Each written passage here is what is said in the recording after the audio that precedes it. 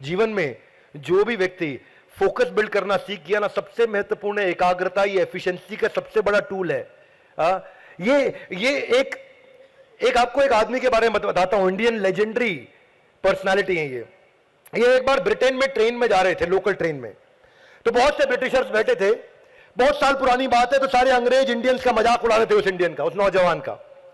अच्छा, इतना हंस रहे हैं उस नौजवान पे, इंडियन नौजवान पे, पर वो नौजवान शांति से बैठा, आंख बंद करके मुस्कुराता रहा, और लोग उसका मजाक उड़ाए अंग्रेजी में। बोले लोगों को लगा इसको अंग्रेजी नहीं आती, इसलिए इसको बात समझ नहीं आ रही, आंख बंद करके बैठा हुआ है। अचानक उसकी आंख खुली, उस भारतीय नौजवान की आंख खुलते ही जोर से चिल्लाए, ट्रेन रोको। सबने इधर उधर देखा, स्टॉप द ट्रेन। उनको लगा इसको अंग्रेजी आती है, स्टॉप द ट्रेन बोल रहा है, और उठ के भागा और फट से ट्रेन की चेन खींच दी। तो लोग चिढ़ गए, बोले पागल आदमी, ट्रेन की चेन खींच दी। वहां पे ट्रेन का जो मास्टर होता है वो भागा भागा आया, किसने खींची? बोले मैंने खींची। बोले तुमने क्यों खींची ट्रेन की चेन? तुमको मालूम नहीं बिना कारण खींचने पर दंड नहीं, अपराध है? बोले मालूम है। अच्छा, वो चुपचाप खड़ा हुआ है, लोगों का गुस्सा बढ़ गया। बोले फिर क्यों खींची तुमने? बोले अगर मैं चेन नहीं खींचता तो आज सैकड़ों लोग मारे जाते। तो हंसने लगे, सैकड़ों लोग मारे जाते, कुछ भी बोलता है ये आदमी, क्यों मारे जाते? बोले जहां ये ट्रेन खड़ी है इससे 220 गज आगे जाकर के देखना, वहां ट्रेन की पटरी टूटी हुई है। लोग हैरान हुए, क्या बोलता है ये? ट्रेन से सब वहीं से कोई 50 लोग उतरे और आगे जाकर के गए, 220 गज पैदल गए। ठीक 220 गज के बाद ट्रेन की पटरी टूटी हुई थी। सबकी बुद्धि चकरा गई, भाई तुमको कैसे मालूम कि ये ट्रेन की पटरी टूटी हुई है? एग्जैक्टली वहीं पे टूटी हुई है।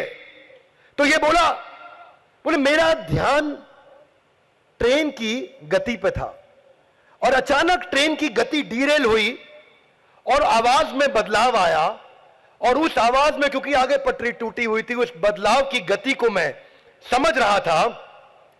इसको बोलते हैं साउंड रेजोनेंस इफेक्ट। और जिससे मैं ये समझ गया कैलकुलेट करके कि कुछ लोग अपनी बातों में मस्त थे, पर मैं ट्रेन की आवाज सुन करके पहचान गया sound resonance effect of physics के प्रिंसिपल से कि यहां पटरी टूटी मिलेगी। लोग बहुत हैरान हुए, बोले तुमको साधारण आदमी नहीं लगते, कौन हो तुम? बोले साहब मैं भारत से एक सिविल इंजीनियर हूं और मेरा नाम है मोक्षगुंडम विश्वेश्वरैया। और मोक्षगुंडम विश्वेश्वरैया कौन थे ये? इन्होंने पहली बार भारत के अंदर डैम भी बनाए थे, इन्होंने पहली बार भारत के अंदर, ये भारत रत्न अवार्डी हैं, और इन्होंने flood protection system, block system, dam के सिस्टम सारे देश में डेवलप किए थे। ये सारी असाधारण क्वालिटीज देने के लिए ही भगवत गीता हमारे को भगवान ने हमारे हाथ में दी है।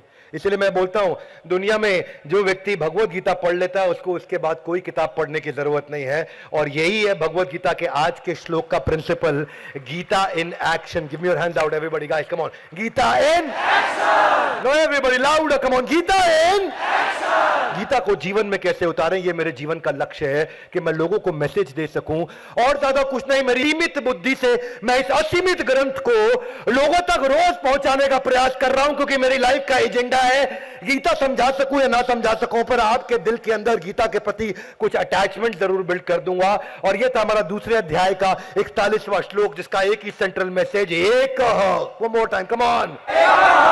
इसीलिए सबको याद दिलाता हूं, गीता इन एक्शन सीरीज के सारे वीडियोस उनको देखने चाहिए। हमारे साथ जुड़े रहने के लिए